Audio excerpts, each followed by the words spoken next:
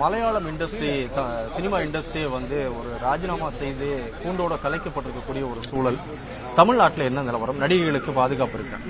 நடிகைகள் பாதுகாப்பு இருக்குங்க. நடிகைகள் பாதுகாப்பு வந்து நாங்க கொடுக்கணும் இல்லை, அவங்களுக்கே அந்த உணர்வு இருக்கணும்.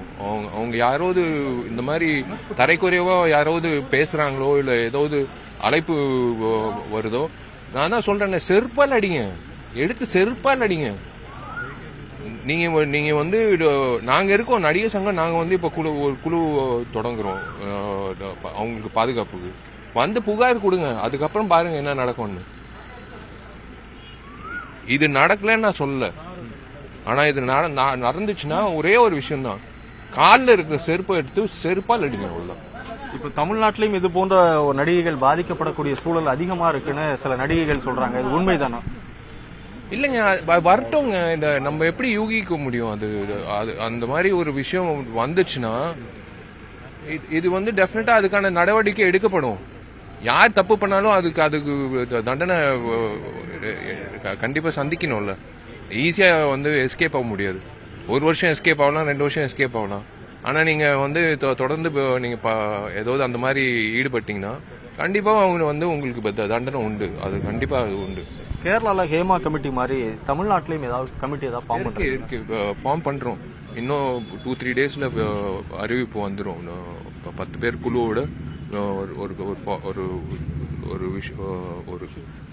கமிட்டி ஃபார்ம் பண்றோம்.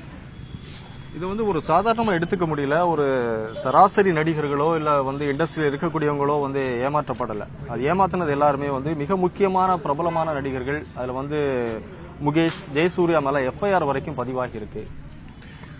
பைத்தியக்காரங்க வேலையை பார்க்காம வந்து வேலை செய்யற பொண்ணை வந்து கையை பிடிச்சி இழுத்தா அவன் சரியான பைத்தியக்காரன். அவன் அவ்வளவுதான் சொல்ல முடியும். நீ செஞ்ச தப்புக்கு நீ தண்டனை அனுபவி, நல்லா அனுபவிக்கணும். திடீர்னு 4 நாள்ல வந்து மறுபடியும் ஆன்டிசிபேட்டரி பெயில் வாங்கிட்டு வெளில வருது, அதெல்லாம் நடக்கக்கூடாது. அதுவும் நான் சொல்றேன், சட்டம் வந்து இந்த மாதிரி ஒரு விஷயம் இருந்ததுன்னா தண்டனை ஃபுல்லா கொடுக்கணும். அப்பதான் வந்து பயம் வரும். பயம் வந்தாதான் எல்லாமே நிக்கும், எல்லாமே நின்னுடும். பயம் இல்லாததுனால தான் இவங்க வந்து எல்லாரும் பயன்படுத்திக்கிறாங்க.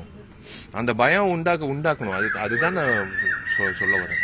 இன்னும் ஒரு 2 or 3 டேஸ்ல வந்து ஒரு ஹேமா கமிட்டி மாதிரி இங்க தமிழ்நாட்டிலையும் ஃபார்ம் பண்றேன்னு சொல்றீங்க. அப்போ வந்து நிறைய கம்ப்ளைண்ட்ஸ் இங்கேயும் ரெஜிஸ்டர் ஆகிறதுக்கான சான்சஸ் இருக்குமா?